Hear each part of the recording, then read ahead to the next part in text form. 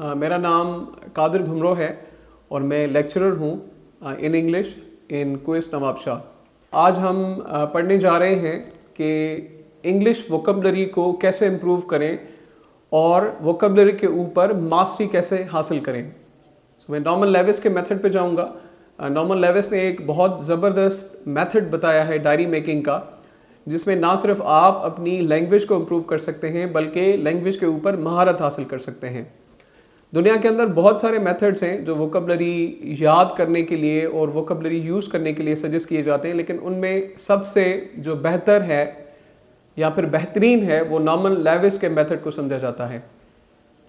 वो कहते हैं कि अमेरिकन प्रेसिडेंट्स दो तरह की डायरी मेंटेन करते हैं। एक होती है उनके रिमाइंडर्स के लिए जो उनका डेली स्केड्यूल है वो, और सेकंड वो डायरी मेंटेन करते हैं अपनी लैंग्वेज इंप्रूवमेंट के लिए। तो वो जो सेकंड डायरी है लैंग्वेज इंप्रूवमेंट के लिए वो क्या है, उस बारे में आज हम बात करेंगे। उससे ना सिर्फ वोकैबुलरी इंप्रूव होती है बल्कि इंग्लिश के जो हार्ड कोर स्ट्रक्चर्स हैं उन पे भी महारत हासिल होने में मदद मिलती है। तो डायरी मेकिंग प्रोसेस बेसिकली ऐसा है कि जब भी आप रीडिंग करें तो वहाँ जो भी डिफ़िकल्ट वर्ड्स हैं उनको आप वन बाय वन ऑर्गेनाइज करें अपने डायरी के अंदर। तो एक पेज पे कम से कम एक वर्ड ही आप सिलेक्ट कर सकते हैं। जैसे कोई वर्ड आपने देखा जो मुश्किल वर्ड है, उसकी मीनिंग आपको नहीं आ रही है, तो सबसे पहले आपने अपनी डायरी के अंदर नंबर 1 लिखना है और वो वर्ड लिखना है। उसके बाद आपने उसकी 3 पॉसिबल मीनिंग्स निकालनी है डिक्शनरी से। डिक्शनरीज जो आप यूज़ कर सकते हैं वो है ऑक्सफोर्ड, जो सबसे बेहतरीन सोर्स है वर्ड्स को कंफर्म करने का, उनकी मीनिंग को देखने का।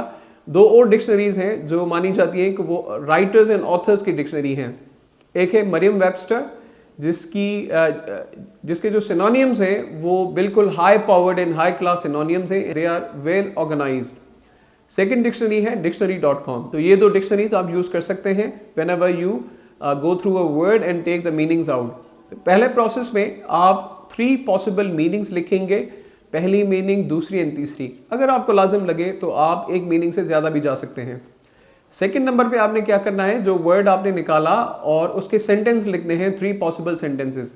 मरियम वेबस्टर डिक्शनरी के अंदर जो मोस्ट सेलिब्रेटेड ऑथर्स हैं इंग्लिश के अंदर, उनके पैसेजेस से मिसालें दी जाती हैं कि इस वर्ड की मीनिंग यह है और इस ऑथर ने इस कॉन्टेक्स्ट में यहाँ पे यूज़ की हैं। अगर उन सेंटेंसेस को आप अपनी डायरी में लिखेंगे तो जो ग्रामर स्ट्रक्चर है वो ऑटोमेटिकली आपका इंप्रूव हो जाएगा, even without understanding and knowing the rule. तो ये भी एक बेनिफिट आपको है। अगर आप हार्ड को रूल्स को डायरेक्ट नहीं पढ़ना चाहते तो सेंटेंसेस जो ओरिजिनल ऑथर्स के हैं वो डिक्शनरी से निकाल के आप उनको वहाँ पे ऐड कर सकते हैं। उसके बाद आगे है जो वर्ड आपने निकाला उसके 3 पॉसिबल सिनोनिम्स आपने लिखने हैं। वैसे 3 से ज़्यादा जाना चाहिए, क्योंकि अगर लॉन्ग टर्म के लिए आप टारगेट कर रहे हैं कि आप कोई भी एग्ज़ाम क्रैक करें तो लाजिम है आप 3 से ऊपर जाएं। लेकिन if you are short of time और आपके पास टाइम कम है तो 3 पॉसिबल सिनोनिम्स आप चूज़ करेंगे और वो मोस्ट रेलेवेंट होने चाहिए, क्योंकि सिनोनिम्स एंड वर्ड फैमिलीज के अंदर भी like there are words which are brothers and sisters और उसके बाद they are cousins as well. तो ऐसा होना चाहिए रिश्ता कम से कम और करीब से करीब हो। और इसके अलावा है सिनोनिम्स के बाद you will look for 3 possible antonyms. अब ये सारी जो चीज़ें हैं जब आप किसी भी एक वर्ड पे अप्लाई करेंगे so it will take like सारा पूरा आपका पेज भर जाएगा, या एक पेज से ज़्यादा भी आप जा सकते हैं। Indeed it is very hectic, लेकिन इससे ये होगा कि ना सिर्फ एक वर्ड आप कवर करेंगे, ना सिर्फ उसकी पॉसिबल मीनिंग्स कवर करेंगे, बल्कि आप पूरे वर्ड की फैमिली, वर्ड का टेस्ट, वर्ड का वेटेज, वर्ड की ग्रामर और वर्ड की जो क्लासिफिकेशन है, वो वर्ब है, एडजेक्टिव है या एडवर्ब है, वो भी क्लासिफिकेशन सारी आपके सामने आ जाएगी। इस प्रोसेस के थ्रू आपने डेली बेसिस पे कोई ना कोई वर्ड निकालना है, यहाँ पर एक हफ्ते के अंदर 3 से 4 वर्ड्स निकालने हैं। और डायरी का इंतखाब हमने इस वजह से किया क्योंकि डायरी वो चीज़ है जो आप हमेशा अपने साथ रखते हैं। आप कहीं पे भी जाएं डायरी आपके साथ रहती है। ये चीज़ नोटबुक के साथ आप नहीं कर सकते, तो इसलिए डायरी आप यूज़ करें अपनी लैंग्वेज डेवलपमेंट में। एक पार्ट हो गया ये, और दूसरा पार्ट जो नॉर्मन लेविस ने मेंशन किया है अमेरिकन प्रेसिडेंट्स के, वो भी अपने पास एक लैंग्वेज डायरी रखते हैं। बेसिकली उसमें एक पार्ट होता है जिसमें जो है वो कोई भी लर्नर या स्कॉलर अगर किसी भी बेहतरीन सेंटेंस को कहीं पे भी सुनता है या पढ़ता है तो वो उसे वहीं पे नोट कर लेता है। ऐसे ऐसे वर्ड्स, ऐसे ऐसे फ्रेजेस या ऐसे ऐसे बेहतरीन सेंटेंसेस होते हैं जो इंसान की अपनी खुद की क्रिएटिविटी भी होते हैं। Sometimes whenever we ponder over और we just think deeply, तो हम भी बहुत अच्छे तरीके से वर्ड्स के स्ट्रक्चर लिख पाते हैं। तो एक चीज़ ये हो गई। दूसरा, सोसाइटी के अंदर whenever we travel, whenever we talk to the people, whenever we listen to the news, whenever we read some good books, तो बेहतरीन से बेहतरीन सेंटेंसेस जो भी जहाँ पे भी हमें मिलते हैं वो सारे हमें उस डायरी में लिखने चाहिए। उसमें भी नंबरिंग देना लाजिम है, क्योंकि फिर हमारे ब्रेन को पता लगेगा कि कितना डेटाबेस हमारे पास है। और दूसरी इसमें बात जो नॉर्मल लेवल्स ऐड करते हैं कि जब कोई भी इंसान कोई भी इंफॉर्मेशन पेन से नोट करता है तो वो आपके ब्रेन में सेव हो जाती है। फिर सिर्फ आपको उस इंफॉर्मेशन को अनलॉक करना है। तो जैसे आप अपनी डायरी को 2 से 3 बार ओपन करके रीरीड करके चीज़ों को बार बार समझते जाएंगे तो वो वर्ड्स आपकी हैबिट्स का हिस्सा बन जाएंगे, आपकी मेमोरी का हिस्सा बन जाएंगे। फिर उनको इस्तेमाल करना मुश्किल नहीं रहेगा।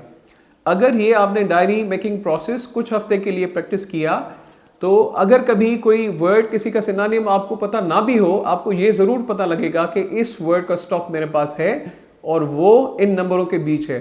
जैसे मिसाल के तौर पे आपने एक वर्ड निकाला है और आपका ब्रेन आपको याद दिला रहा है कि इस वर्ड का स्टॉक मेरे पास है, तो यू विल बी श्योर कि ये वर्ड 15 या 20 के बीच में है, and then you will refer back.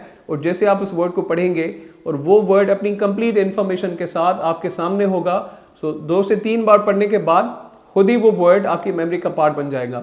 So English language या कोई भी लैंग्वेज में महारत इसी तरीके से हासिल की जाती है कि it must become practice of viewers. So practice के थ्रू हम इन चीज़ों के ऊपर मास्टरी हासिल कर सकते हैं, और ये मेथड पूरी दुनिया के अंदर फॉलो होता है। विलियम शेक्सपियर के दौर में भी बहुत सारे ऐसे एग्जाम्पल्स हैं, बहुत सारे ऐसे ब्यूरोक्रेट्स हैं, ऐसे जजेस हैं जो इंग्लिश सोसाइटी के अंदर बहुत महारत रखते थे ज़बान के ऊपर, तो वो भी डायरी मेंटेन करते थे। एक मिसाल लिखी हुई है एक बुक में, डिस्कवरिंग इंग्लिश ग्रामर में, या फिर उसका एक ओल्ड वर्जन है, exploring the world of English grammar, कि एक वकील था इंग्लैंड के अंदर जिसकी लैंग्वेज काफ़ी वीक थी। तो उसने क्या किया, उसने बड़े बड़े ऑथर्स को पढ़ा और डायरी मेंटेन की, और 1-2 सालों के अंदर वो लॉ का एक्सपर्ट बन गया, क्योंकि उसके पास लैंग्वेज थी, उसके पास एक बेहतर अंडरस्टैंडिंग थी। और ये सारे मेथड्स बहुत यूज़फुल हैं स्टूडेंट्स के लिए। So we wish to share with you. Thank you.